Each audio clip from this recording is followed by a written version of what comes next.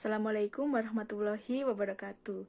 Halo semuanya, perkenalkan nama saya Cika Aprilia dengan NIM E97219061. Saya mahasiswa semester 6 dari kelas mata kuliah Tarekat Mu'tabaro 2. Di sini saya akan menjelaskan tentang tema pertama yang dibahas dalam kelas ini, yakni Tarekat Alawiyah. Untuk poin-poin pembahasannya yakni ada 5 poin. Yang pertama yakni pengertian dari Tarekat Alawiyah, yang kedua sejarah dari Tarekat Alawiyah, yang ketiga perkembangan dari Tarekat Alawiyah, yang keempat ajaran serta ritual dari Tarekat Alawiyah, lalu yang terakhir yakni kesimpulan. Untuk poin pembahasan pertama yakni pengertian dari Tarekat Alawiyah. Apa sih Tarekat Alawiyah itu? Nah, Tarekat Alawiyah ini adalah suatu tarekat yang ditempuh oleh para salafus soleh. Dalam tarekat ini, mereka mengajarkan Alkitab atau Al-Quran dan As-Sunnah kepada masyarakat, dan sekaligus memberikan suri tauladan dalam pengamalan ilmu dengan keluhuran akhlak dan kesungguhan hati dalam menjalankan syariat Rasulullah SAW. Penjelasan tersebut dinukil dari buku Qutil Qulub karya Abdul Qasim Al-Qushairi dan juga dari beberapa kitab lain. Mereka menerangkan dengan terperinci bahwa tarekat As-Sa'adah Bani Alawi atau tarekat Alawiyah ini diwariskan secara turun-temurun oleh para leluhurnya, dari kakek kepada ayah, lalu kemudian kepada anak-anak, lalu pada cucu-cucunya. Tarekat ini dikenal sebagai tarekat yang langgeng sebab penyampaiannya dilakukan secara ikhlas dari hati ke hati, dan dari situlah dapat diketahui bahwasanya tarekat ini berjalan di atas dasar Alkitab dan As-Sunnah yang diridhoi oleh Allah Subhanahu wa Ta'ala. Tarekat Alawiyah ini menitik beratkan pada keseimbangan antara ibadah mahdo, yaitu muamalah dengan kholik, dengan ibadah ghairu mahdo, yakni muamalah dengan sama manusia, yang dikuatkan dengan adanya majelis-majelis taklim yang mengajarkan ilmu dan adab serta majelis-majelis zikir dan adab. Dengan kata lain, tarekat ini mencakup hubungan vertikal atau hubungan makhluk dengan kholiknya, dan juga hubungan horizontal atau antar sama manusia. Selain itu, tarekat ini mengajarkan kepada kita untuk bermujahadah atau bersungguh-sungguh dalam menuntut ilmu guna menegakkan agama Allah. Lalu, tarekat Alawiyah secara umum merupakan tarekat yang dikaitkan dengan kaum Alawiyin atau lebih dikenal dengan Sa'adah atau kaum Sayyid keturunan Nabi Muhammad SAW, yang merupakan lapisan paling atas dalam strata masyarakat Hadrami. Karena itu, pada masa-masa awal tarekat ini didirikan, pengikut tarekat Alawiyah kebanyakan dari kaum Sayyid atau kaum Hadrami atau kaum Ba'alawi, dan juga setelah itu diikuti oleh berbagai lapisan masyarakat muslim dari non-Hadrami. Lalu untuk penjelasan atau pembahasan poin yang kedua yakni sejarah tarekat Alawiyah. Bagaimana sih awal lahirnya tarekat Alawiyah ini? Nah, tarekat Alawiyah ini merupakan salah satu tarekat Mu'tabaro dari 41 tarekat lainnya yang ada di dunia Islam. Tarekat ini berasal dari Hadramaut, Yaman Selatan, dan tersebar hingga ke berbagai negara seperti Afrika, India, dan Asia Tenggara, termasuk di Indonesia ini. Tarekat Alawiyah didirikan oleh Imam Alawi bin Ubaidillah bin Isa bin Ahmad Al-Muhajir, seorang tokoh sufi terkemuka asal Hadramaut, pada abad ke-17 Masehi, yang silsilahnya tersambung sampai Rasulullah. Cikal bakal dari tarekat Alawiyah ini sudah dimulai pada masa Muhammad bin Ali yang akrab dengan panggilan Al-Faqih Al-Muqaddam, seorang ulama atau ahli agama yang terpandang pada abad ke-6 dan ke-7 Hijriah. Beliau adalah seorang ulama besar yang memiliki pengetahuan di bidang fikih dan tasawuf serta pengamalan spiritual yang tinggi hingga ke makom al-qutbiyah atau puncak makom kaum sufi dan Hirqah Sufiyah atau legalitas kesufian. Dalam hal silsilah, tarekat Alawiyah ini mengenal dua jalur isnad, yakni yang pertama jalur nasab keluarga yang sampai kepada Ali bin Abi Thalib. Kemudian yang kedua melalui Abu Madian Su'aib al-Mahribi dengan proses kesufian, yakni bai'at dan pengenaan Hirqat al-Sufiyah. Nah, pada silsilah yang pertama, tarekat Alawiyah sebenarnya sudah dibawa oleh Al-Muhajir sejak kedatangannya ke Hadramaut. Kemudian sampai kepada fase pembentukannya di era kehidupan Al-Faqih. Secara turun-temurun, selanjutnya estafet tarekat tersebut diemban oleh keluarga di mana jalur nasab masih sangat signifikan berpengaruh dalam struktur sosial masyarakat. Ini menunjukkan adanya genealogi dan transmisi tarekat yang tidak lumrah sebagaimana umumnya dalam tarekat, yakni pendelegasian melalui proses bai'at dan pengenaan Hirqat al-Sufiyah. Teori ini dipertegas oleh Ibnu Sumaid dalam Tuhfat al-Labib bahwa Al-Faqih mengambil estafet ketarekatan melalui ayahnya. Mata rantai silsilah keluarga tersebut bersambung sampai kepada Nabi Muhammad SAW melalui malaikat Jibril langsung dari Allah sebagai sumber utama pengetahuan irfani. Lalu sejarah tarekat Alawiyah ini dimulai sejak masa Syekh Al-Haddad Basrah sebagai prahijrah Ahmad bin Isa Al-Alawi di Irak pada masa Khalifah Al-Muqtadir Billah, yakni pada 295 sampai 320 Hijriah. Penuh dengan pergolakan politik, hampir di pelosok negeri terjadi pergolakan untuk menjatuhkan pusat di Baghdad.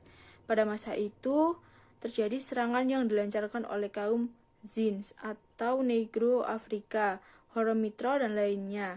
Bahkan pada 225 Hijriah, Ali bin Muhammad dari kelompok Zins mengaku sebagai nabi. Dia dan kelompoknya berhasil menguasai Basra, mengadakan perusakan dan penjarakan terhadap hak para wanitanya.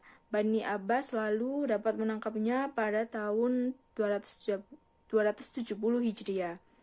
Pada catatan peristiwa tahun 306 Hijriah, Al-Zawzi meriwayatkan bahwa orang-orang Bani Hashim mengeluhkan masalah mereka kepada Ali bin Isa, saudara Imam Ahmad bin Isa, tentang keterlambatan jatah mereka, hingga kemudian Al-Muqtadir Billah memerintahkan penangkapan atas mereka hingga mereka menyerbu, menyiksa, mengasingkan, dan menghapus bagian dari jatah makanan mereka yang menjadi haknya dari Bani Hashim. Lalu pada 311 Hijriah, 6 tahun sebelum hijrahnya Ahmad bin Isa Al-Alawi Basra dikuasai oleh Abu Thohir. Pada masa itu terjadi penindasan sadis di mana-mana dan bahkan penghancuran terhadap beberapa tempat ibadah. Peristiwa ini menjadikan penduduk Basra menjadi histeris. Bahkan ada di antara mereka ini menyebabkan timbulnya pengungsian masyarakat secara besar-besaran dengan membawa keluarga dan kekayaan mereka. Pada waktu itu juga tersebar berita burung yang kelihatannya disengaja disebutkan untuk mengintimidasi masyarakat secara psikis tentang adanya binatang siluman yang bernama Zib-Jib. Masyarakat umum percaya apabila mereka lengah, siluman itu akan memangsa anak-anak kecil atau memotong tangan manusia atau buah dada wanita ketika sedang tidur nyenyak.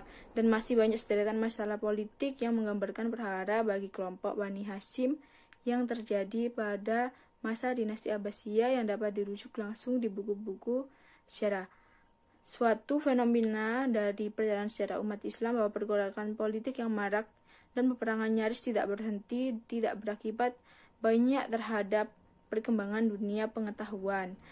Terbukti pada masa itu, khusus abad ketiga Hijriah, ditemukan banyak pemikir dan ilmuwan yang bermunculan seperti Imam Al-Syafi'i, Abu Hanifah, Ahmad bin Hambal, Al-Sumu'i, Ibnu Ishaq, Muhammad bin Jarir At-Tabari dan para imam Al-Bait serta lainnya.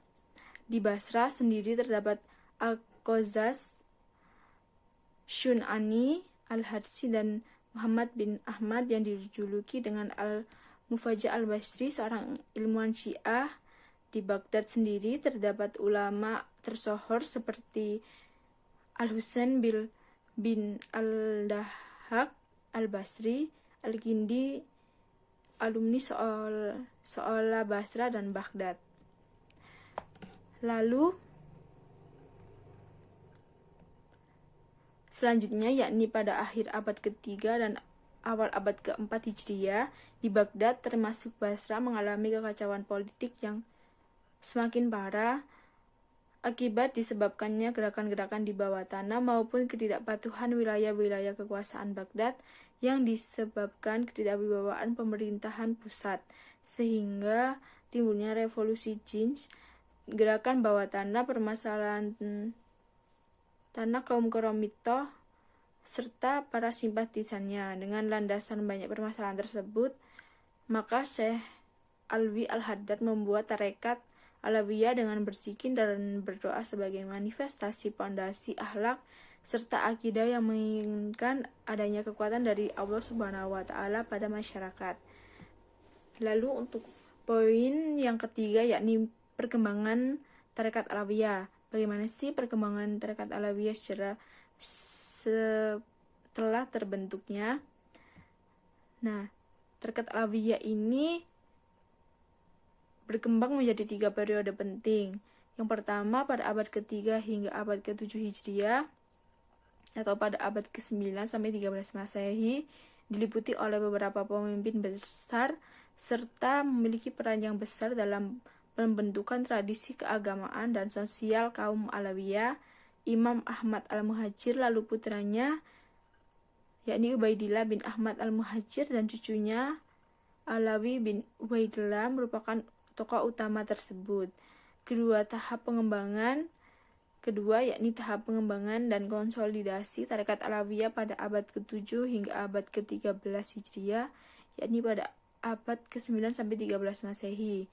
Tarekat ini merupakan neo-sufisme yang menitikkan penekanan kuat pada aspek akhlak dan amal, bukan pada aspek teoritis filosofis tasawuf. Lalu yang ketiga pada abad ke-11 hingga ke-14 Hijriah, atau pada abad ke-17 sampai 20 Masehi. Pada periode ini masa migrasi orang-orang Hadramaut ke India dan Asia Tenggara. Lalu dalam perjalanan sejarah selanjutnya, tarekat Alawiyah ini dikembangkan oleh Said Abdullah Al-Haddad sebagai generasi penerus. Dari nama tokoh inilah, tarekat Alawiyah juga dikenal dengan nama tarekat Haddadiyah atau tarekat Alawiyah yang diperbarui. Dengan semakin bertambahnya pengikut tarekat ini dan tersebarnya di berbagai negara, tarekat ini dalam perkembangannya melahirkan 2 cabang tarekat, yakni tarekat Aidurusia dan tarekat At-Tasyiyah. Dengan demikian, dalam perkembangan selanjutnya, tarekat Alawiyah ini tidak dapat lagi dipilah dan dipisahkan dari tarekat Haddadiyah. Bahkan belakangan sebutan tarekat Haddadiyah ini lebih populer karena hal ini dinisbahkan dengan rotib Al-Haddadnya dan pembaharuan di dalam ajaran tarekatnya.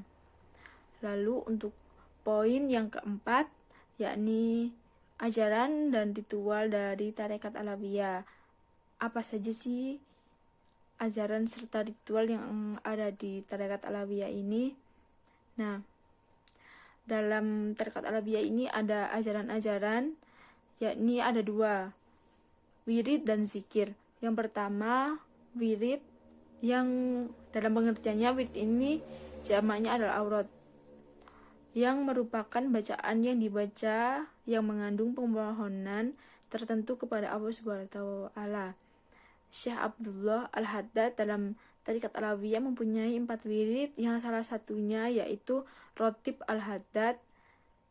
Selain itu, adapun amalan wirid yang wajib dilaksanakan oleh murid-murid tarekat dalam harian, mingguan, dan juga bulanan.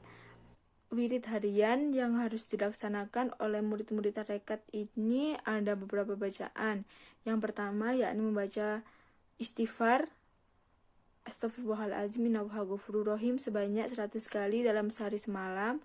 Lalu yang kedua membaca kalimat nafisbat la ilaha illallah sebanyak 100 kali. Lalu membaca kalimat la ilaha illallah malikul hakul mubin sebanyak 100 kali. Lalu membaca tasbih subhanallah wa bihamdihi subhanallahil azim sebanyak 100 kali. Lalu membaca kalimat ya latif sebanyak 129 kali dalam sehari semalam. Lalu membaca kalimat ya hafid sebanyak 998 kali dalam semalam. Lalu untuk mingguannya, para penganut tarekat Alawiyah ini mengadakan khataman atau penyempurnaan zikir yang telah diberikan oleh mursyid, yang tujuannya adalah untuk mengecek amalan yang sudah diberikan, sejauh mana seorang murid dapat mengamalkan ajaran-ajaran tarekat Alawiyah tersebut. Lalu untuk bulanan, yakni kegiatan bulanan dari murid-murid tarekat Alawiyah ini, yang salah satunya yang sangat dianjurkan dari mursyidnya kepada murid-murid tarekatnya ini, seperti kegiatan pengajian yang dilakukan dalam waktu bulanan atau rutinan yang biasa disebut dengan masyarakat yang lebih sering diketahui. Lalu untuk ajarannya kedua yakni zikir.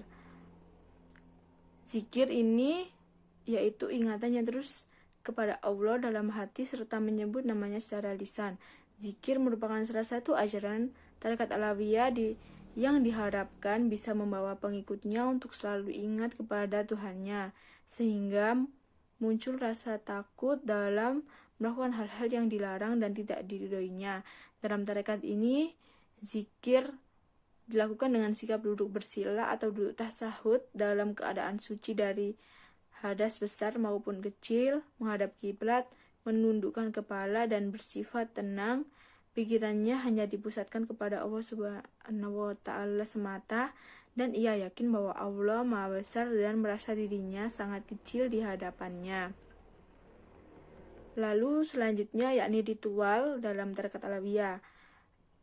Ini merupakan salah satu hal yang dianjurkan oleh mursyid bagi murid-muridnya yang telah mendapat tugas dari mursyid. Ritual kegiatan ini dinamakan dengan pengajian. Ritual kegiatan ini tidak hanya dilakukan di tempat mursyid, tetapi kegiatan ini dilakukan di tempat lain, karena mursyid telah mengutus khalifah dan badal tarekat Alawiyah ini telah tersebar banyak di pelosok-pelosok desa yang ada di Indonesia. Lalu di Indonesia pun juga banyak terdapat perbedaan antara ajaran dan ritual tarekat Alawiyah di beberapa tempat pusat tarekat Alawiyah maupun di pondok pesantren yang mengamalkan tarekat Alawiyah ini. Ini tersebar di berbagai daerah, yakni di Kalimantan Selatan, seperti di Palembang, Sulawesi Tengah, Sukabumi, dan juga di Pulau Jawa, yang juga tentunya masing-masing memiliki mursyid serta detail dari ajaran ataupun ritual-ritualnya sendiri, namun perbedaan tersebut tidak signifikan beda. Dalam artian secara umum masih ada atau masih banyak kesamaan karena dasarnya pun sama. Mungkin hanya terdapat perbedaan di satu atau di beberapa hal, seperti pada zikirnya atau pada wiridnya, detailnya yang beda seperti apa gitu. Lalu untuk yang terakhir yakni kesimpulan.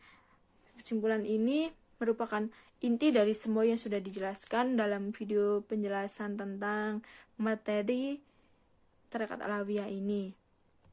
Tarekat Alawiyah ini merupakan tarekat pemersatu umat Islam secara keseluruhan. Tarekat ini tidak pernah mengenal permusuhan, tidak pernah menyebarkan kedengkian, tidak mengajarkan kebencian, tidak membalas cacian dengan cacian, melainkan sebagai penyebar rahmat bagi seluruh alam, karena seperti yang telah dijelaskan bahwa tidak hanya menekankan pada aspek keagamaan atau hubungan dengan Allah saja, namun juga aspek kemanusiaan atau hubungan dengan sesama manusia pula. Tarekat Alawiyah ini lahir sebagai solusi dari banyaknya permasalahan yang terjadi dengan menjadikan berzikir dan berdoa sebagai manifestasi pondasi akhlak serta akidah yang menginginkan adanya kekuatan-kekuatan dari Allah Subhanahu wa taala serta ajaran dan ritual yang menjadikan murid-muridnya serta umat manusia lainnya lebih taat dan dekat secara batin. Sekian presentasi dan penjelasan tentang materi Tarekat Alawiyah dari saya, kurang lebihnya mohon maaf. Terima kasih. Wassalamualaikum warahmatullahi wabarakatuh.